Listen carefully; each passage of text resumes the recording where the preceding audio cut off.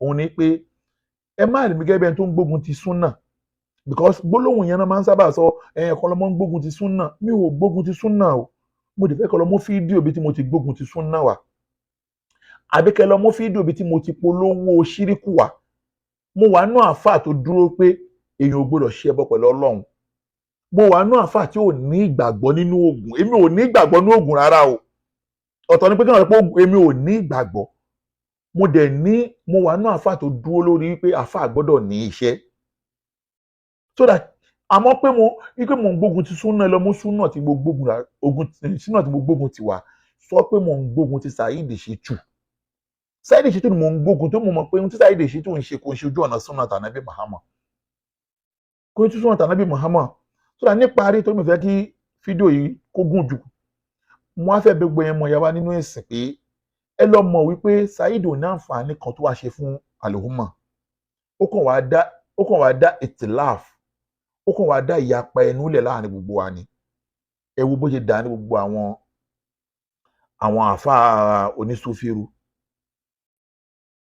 Nísìn ẹ bó ṣe dà ní gbogbo ẹ̀yin àfáà àwọn onísálàfì sọ̀líhìn bó ìdàgbà àárín irú. Gbogbo àwọn tó ń wá ń pè tẹ́lẹ̀tẹ́lẹ̀ pé wọ́n ń ṣe ohun tí ò dáa, ẹ dákun kí wá lórí lára wọn sì tó bẹ̀rẹ̀ sí níbi pé wọ́n ti ń ṣe dáadáa.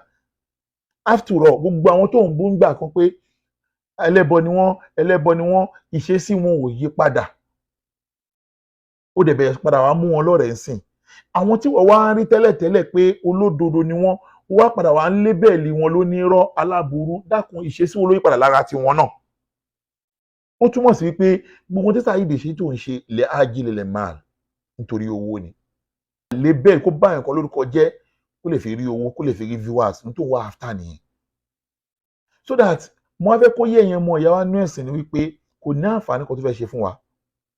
Ẹlẹ́ẹ̀kejì mo lè fẹ́ kó yé wa ni wípé ẹ lọ múra sílẹ̀ gẹ́gẹ́ bí ìṣesí àti àṣà ẹ̀ níparí.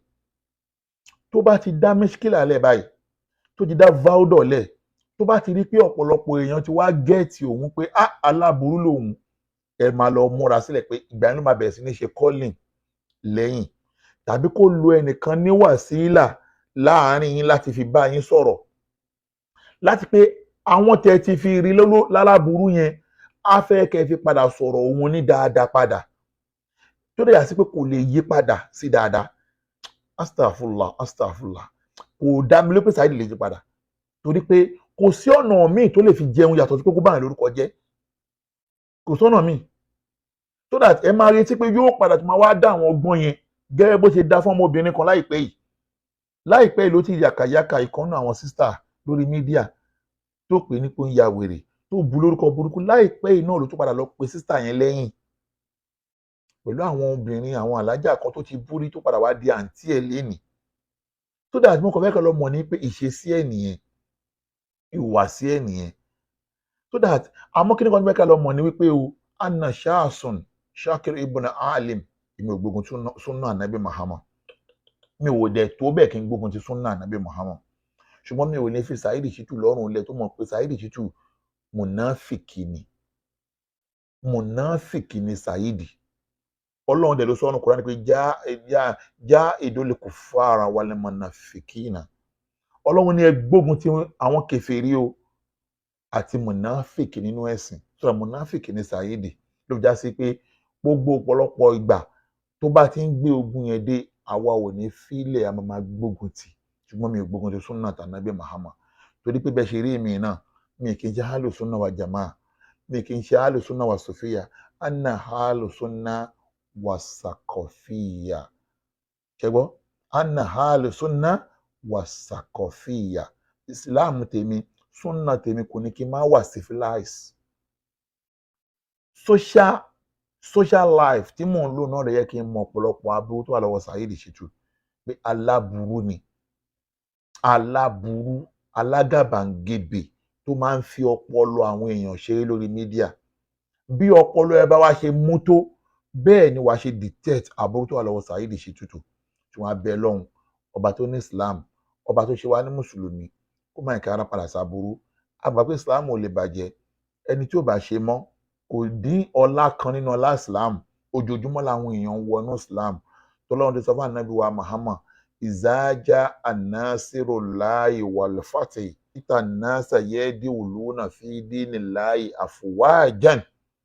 Ọlọ́run tó bá tásìkò náà o ẹ bẹ̀rẹ̀ sí ní àwọn èèyàn tó máa rọ́wọ́ ní Islam afwajan afwajan, so that ẹ lọ bí Mọ́kà ṣe rí lọ́dún yìí pẹ̀lú bó Mọ́kà ṣe wọ́n tó lọ́dún yìí. Èyí tó lọ Mọ́kà lọ́dún yìí tó kéré jù ní 3.5 million, ó ní 4.5 million wà ń bẹ̀. Tòun ti bẹ́ẹ̀ náà òbí Mọ́kà ṣe kún tó. Sọ bí nǹkan bá ní òun ò ṣe Islam mọ̀, ọba tó ní òun ló ṣọ̀rọ̀ ẹ̀ bẹ́ẹ̀. Àwa bẹ̀ Ọlọ́run kó má ṣe ọ̀rọ̀ tiwa bí ò ṣe dáa, kó má yọ wá kúrò ní Islam o, kó má ìkádà padà sábúrò. Rabbana la tuzigh qulubana ba'da idh hadaytana wa hab lana min ladunka rahmatan innaka antal wahhab. Rabbana najina ma'an najina wala tuhallikna ma'al khalikina laysa laha min dunillahi kashifan واكشفنا من كل مصيبة ومن كل زير شارد ومن جميع مصائب الدنيا والآخرة يا أرحم الراحمين. فاعف عنا واغفر لنا وارحمنا أنت مولانا فانصرنا على القوم الكافرين. سبحان ربك رب العزة عما يصفون والسلام على المرسلين والحمد لله رب العالمين. مع السلامة وإلى اللقاء.